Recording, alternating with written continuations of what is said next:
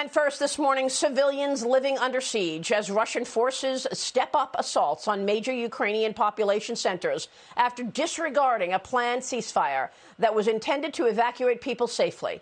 Here's President Zelensky on the danger his citizens face. You cut the Ukrainian civilians off electricity, water supply, heating. You leave the people without food. You leave us without medicines. You shoot the routes which could be used for evacuation. There is no weapon left that you wouldn't deploy against us, against the free citizens of Ukraine. We have nothing to lose but our own freedom, besides our own dignity. This is our greatest treasure. More than 350 civilians have been killed since this war began, though that number is expected to be much higher.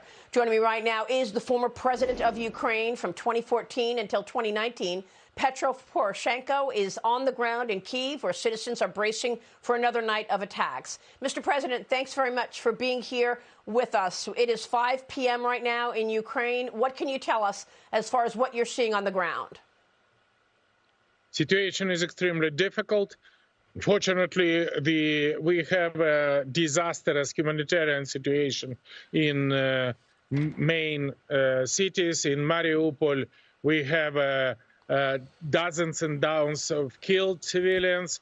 With Kharkiv, with Chernigov, with many others. But around the Kiev, today we are evacuated. Today, yesterday, day before yesterday, altogether only our battalion evacuate more than 2,500 people from the Irpin, Bucha, Vorzel, and a lot of dead people right on the street. In Irpin, they have an artillery fire on the Orthodox cathedral, and inside the cathedral was the people who wait in evacuation, who waiting for our battalion. And unfortunately, also, we have lots of casualties among the civilians. With this situation, Putin make a war crime. We definitely proud with the brave Ukrainian soldiers, with the unity of Ukrainian people who demonstrated and ruin all this scenario of Putin. First, he want to capture Ukraine in 48 hours, then in 72 hours, but today is 11th day of our fighting, and more than 10,000 Russian soldiers are killed in Ukraine during this mad invasion. And we just demonstrate that Putin is not just an aggressor.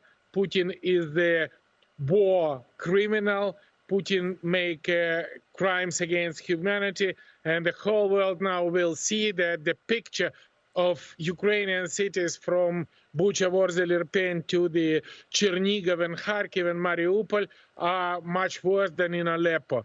Can you imagine that this happening in the center of Europe in the 21st century? And with this situation, absolutely, this is the genocide against Ukrainian people. We are the only sin of Ukrainian nation.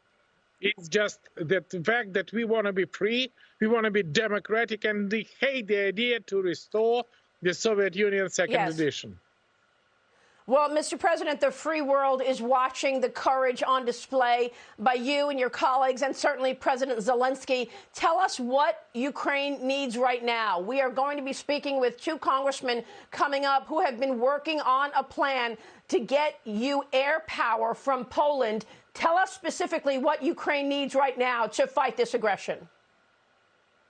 Thank you very much indeed for this question. This is extremely important. We should keep Ukrainian airspace above Ukrainian soil.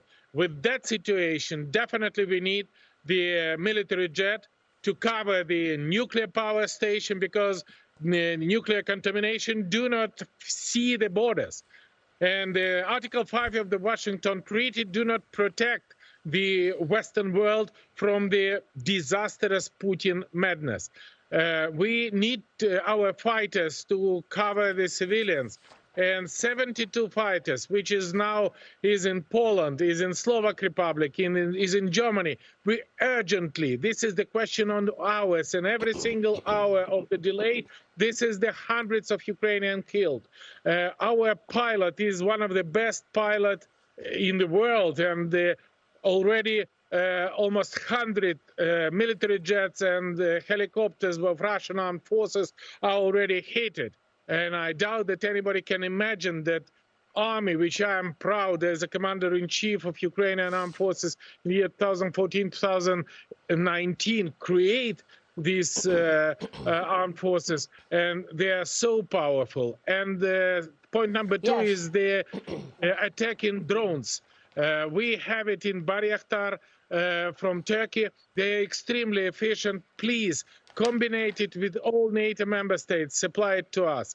Point number three, this is the Javelin, NLAW, and other anti-tank rocket launcher, because we have more than 1,500 Russian tanks and armed personnel vehicles, and this is impossible that Ukrainian soldiers with their light automatic guns goes against tank.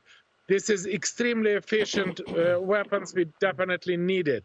And with that situation, I think that the anti-missile complex and anti-aircraft, including Stinger, this is also urgently needed. Please, we need it. Thousands to protect not only Ukrainian soil, we're protecting here the Europe security and global security at the end of the day.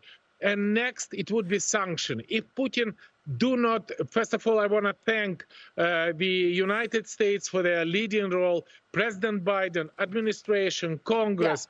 This is extremely important what we have from you, but every single day it should be new sanction. I want to thank you for the sanction of the Visa, MasterCard, American Express, because all the Russians should understand if they support Putin in killing Ukraine, this is their responsibility, because Putin are fighting not against just Ukraine, as was my answer if you asked me before 24th of February. Now he fighting against humanity, against collective West, and we should be united to fight against him. Mr. President, the Ukrainians and the Russians are supposed to be talking again. These talks have yielded nothing in the last 11 days. What are you expecting the result will be from these talks, which are expected tomorrow? First of all, this is the third round of negotiation, and I have a very big experience for negotiation with Putin, and I have several recommendations. Point number one, please don't trust Putin. Putin promised me many times ceasefire, releasing of the hostages, withdrawal of the Russian troops from Ukraine. He never keep their promises. And point number two, please don't be afraid of Putin, because you should look at Ukrainian now, and Putin go as far as we allow them to go. That's why we should be united and strong. And point number three, definitely I prefer the diplomatic solution, and definitely there is no any nation in the world who wants the peace more than we Ukrainian. But I think that if we want to have the results, shouldn't be result tete-a-tete. This is the weak Ukrainian position, and we need to be united world together with a representative European Union, for example, France and Germany, and with the participation of United States. This is just to demonstrate the unity and demonstrate the efficiency of the negotiation. Definitely, I keep my fingers crossed, and I hope maybe it would be a miracle when they have reached but I'm not very much optimistic with this situation.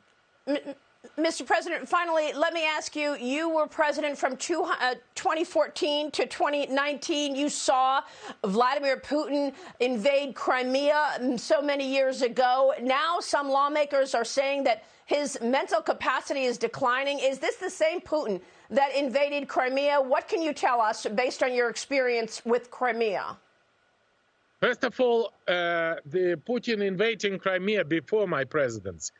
During my presidency, he invaded Donbass, and I am proud that me as a commander-in-chief of Ukrainian armed forces released from the Russian troops 2/3 of the occupied Donbass, including Mariupol, Severodonetsk, Lysychansk, Kramatorsk, Slaviansk, and many others. And with this situation, I think Putin is definitely going worse and worse. My first meeting with him was in 2004. That was one Putin. In 2014, that was another Putin. And now, please believe, his mental capacity is completely different. And I think that he is a mad person. And I think that the danger for the increasing the dangerous with the global security is definitely rising. Okay. That's why everybody should understand that this is not just Ukrainian war. This is our common war, and we need to stop Putin. We do not have any other way out. Mr. President, thanks very much for being here. You are there until the bitter end, and we appreciate you joining us this morning. We send you our best this morning. Petro Poroshenko live this morning in Kyiv. Thank you, Mr. President. Support us in Kyiv here during the war. Thanks a lot. Okay. Yes, we will be watching this. Thank you so much.